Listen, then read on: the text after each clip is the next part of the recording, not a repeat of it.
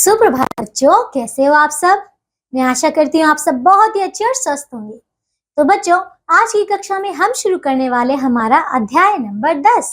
इसका नाम है काल। ठीक है बच्चों, काल यानी कि टेंस। ठीक है बच्चों, इससे पिछली कक्षा में हमने क्या क्या पढ़ा था। हमने यहाँ पे देखिए बहुत सारे अध्याय किए हैं ना, तो क्या आप सभी उसका अभ्यास करते जा रहे हैं, बताइए।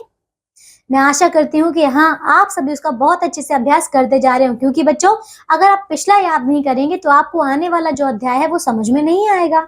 इसीलिए बच्चों आप सभी उसका अच्छे से अभ्यास करते रहिए। ठीक है, आइए अब हम शुरू करते हैं हमारा ये नया अध्याय जिसका नाम है काल। ठीक है, चलिए तो बच्चों सबसे पहले हम काल की परिभाषा देख लेते हैं। ठीक है, देखिए, क्रिया के जिस रूप से किसी काम के होने के समय की जानकारी मिले उसे काल कहते हैं। ठीक है ना।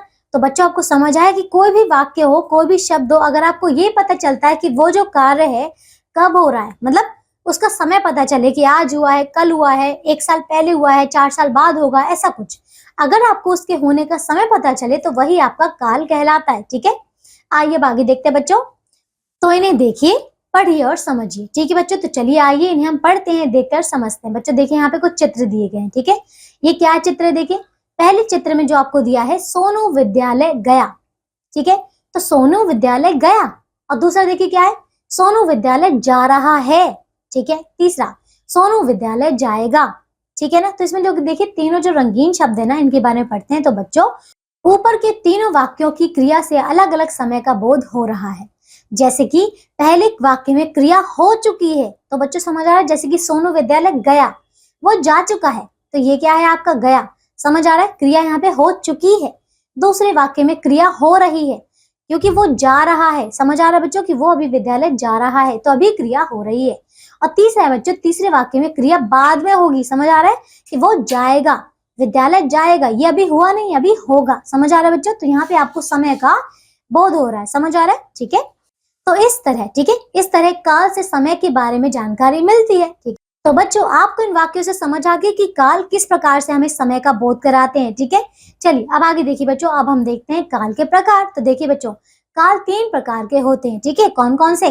पहला बच्चों भूतकाल यानी कि पास्ट टेंस, दूसरा बच्चों वर्तमान काल यानी कि प्रेजेंट टेंस, और तीसरा बच्चों भविष्य काल यानी कि फ्यूचर टेंस। ठीक है, आइए एक एक करके इनके बारे में देखते हैं, पढ़ते और समझते हैं। ठीक है, देखिए तो बच्चों पहला है भूतकाल। देखिए, क्रिया के जिस रूप से उसके बीते हुए समय के पूरा, ठीक है, समय में पूरा होने का पता चले उसे भूतकाल कहते हैं। बच्चों समझ आया, जैसे कि हर्ष स्कूल गया, अब वो गया, वो जा चुका है। ठीक है ना, ये आपको किसी काम के हो चुके, मतलब हो जाने, जो कि कार्य हो चुका था पहले, उसके बारे में पता चल रहा है। ठीक है ना। दूसरा बच्चों, अमृता नाच रही थी, वो अभी नहीं नाच रही है, वो नाच रही थी। ठीक है ना, इसीलिए ये क्या है आपका भूतकाल, जिसमें काम हो चुका है। ठीक है ना। दूसरा देखिए बच्चों, अब है वर्तमान काल। तो देखिए, क्रिया के जिस रूप से यह पता चले कि काम अभी भी हो रहा है, ठीक है, उसे हम वर्तमान काल कहते हैं।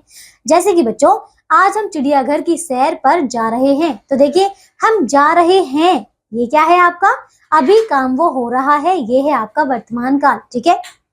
दूसरा है सुमित खाना खाता है। तो देखिए, खाना खाता है, ठीक है, अभी काम वो हो रहा है या होता है, तो समझ आ रहा है बच्चों, ये है आपका वर्तमान काल। ठीक है, अब है बच्चों तीसरा, ये है भविष्य काल। तो देखिए, क्रिया के जिस रूप से उसके आने वाले समय में होने का पता चले उसे भविष्य काल कहते हैं।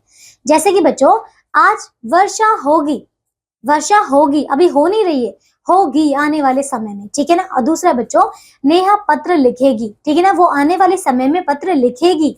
समझ आ रहा है बच्चों, तो ये है आपका वो समय जो कि आने वाले समय में होगा, इसीलिए हम इसे कहते हैं भविष्य काल। ठीक है, चलिए बच्चों, तो हमने यहाँ पे देखिए सारे जो हमारे काल थे, हमने उनके प्रकार बहुत अच्छे से देख लिए। ठीक है, चलिए बच्चों, मैं आशा करती हूँ यहाँ से अब आपको काल के बारे में बहुत अच्छे से ज्ञान हो गया होगा, है ना। चलिए आइए बच्चों, हम एक बार दोहरा लेते कि हमने इस पाठ में क्या क्या सीखा है। ठीक है, देखिए, क्रिया के जिस रूप से काम के होने के समय की जानकारी मिले उसे काल कहते हैं। दूसरा, काल 3 प्रकार के होते हैं, भूतकाल, वर्तमान काल और भविष्य काल। ठीक है ना। चलिए, तो बच्चों ये अध्याय हमारा हो चुका है, बहुत ही छोटा और बहुत ही अच्छा अध्याय था। मैं आशा करती हूँ यहाँ से अब आपको ये बहुत अच्छे से सब कुछ समझ में आ गया होगा।